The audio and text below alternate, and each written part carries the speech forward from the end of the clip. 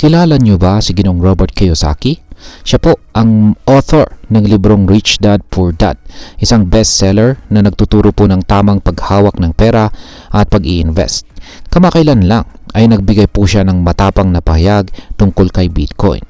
Ayon sa kanya, ang mga taong nagbenta ng Bitcoin noong huling pagbagsak ng presyo nito ay mga losers o talunan. Pero bakit niya ito nasabi?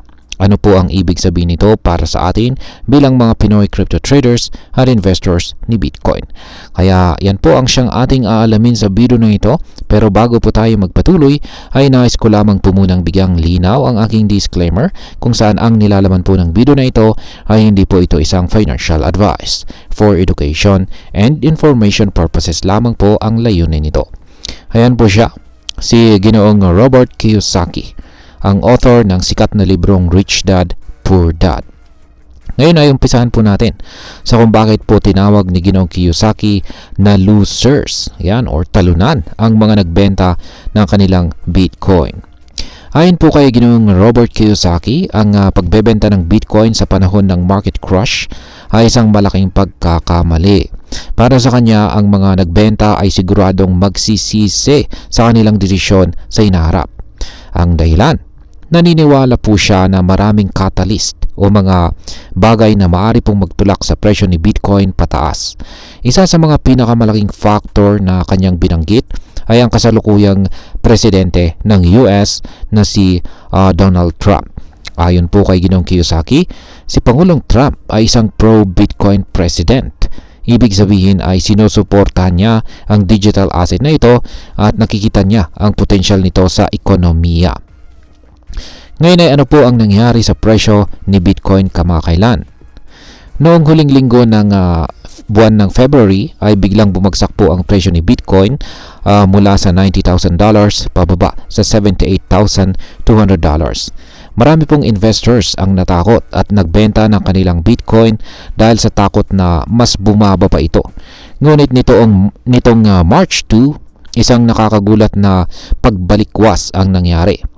Bigla pong tumaas ang presyo ni Bitcoin at umabot po ito sa $95,050. Ano ang dahilan nito?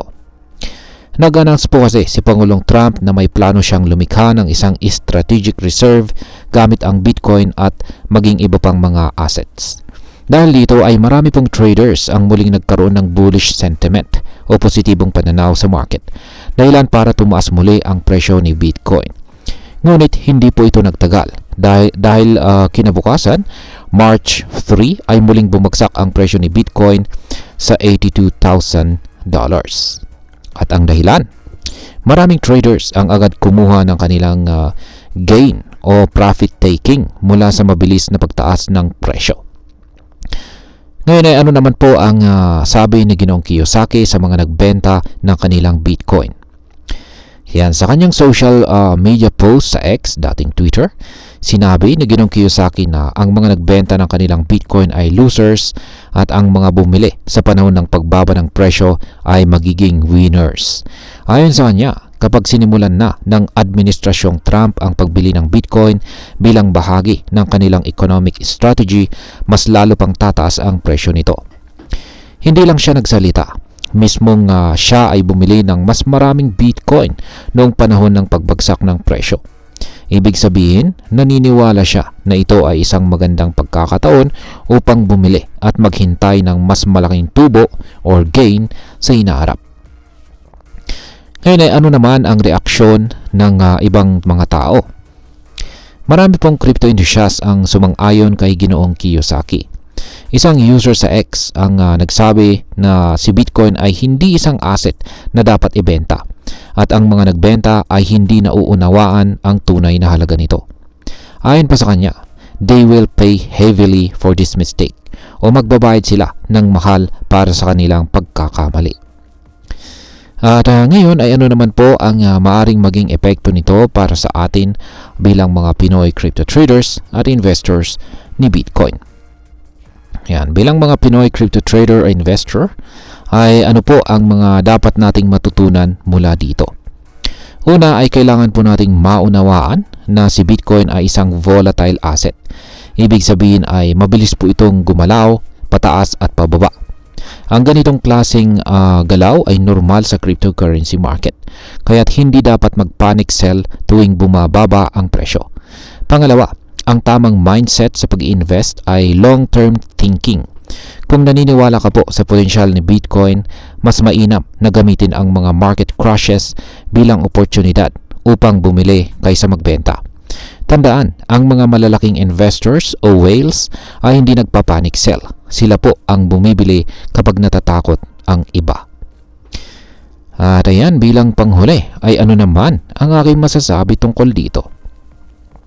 Sa aking pong pananaw ay may punto naman po si Ginoong Robert Kiyosaki. Totoo na maraming traders ang natatakot at agad na nagbebenta kapag bumabagsak ang presyo. Pero kadalasan, ito ang maling diskarte. Ang mga tunay na nananalo sa crypto market ay yung mga long-term vision at hindi natitinag ng biglaang paggalaw ng presyo.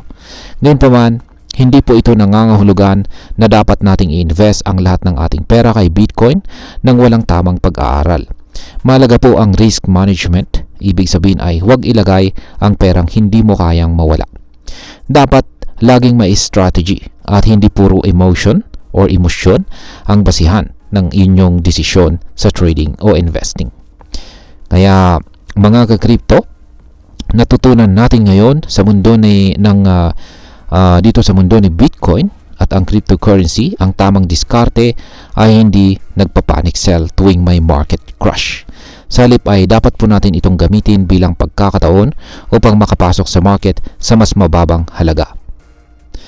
At ayan, hanggang dito na lamang po tayo sa video na ito mga ka-crypto. Sana po ay inyong nagustuhan ang aking paliwanag sa video na ito. Kung inyo po itong nagustuhan, pakiclick lamang po ang like button nito.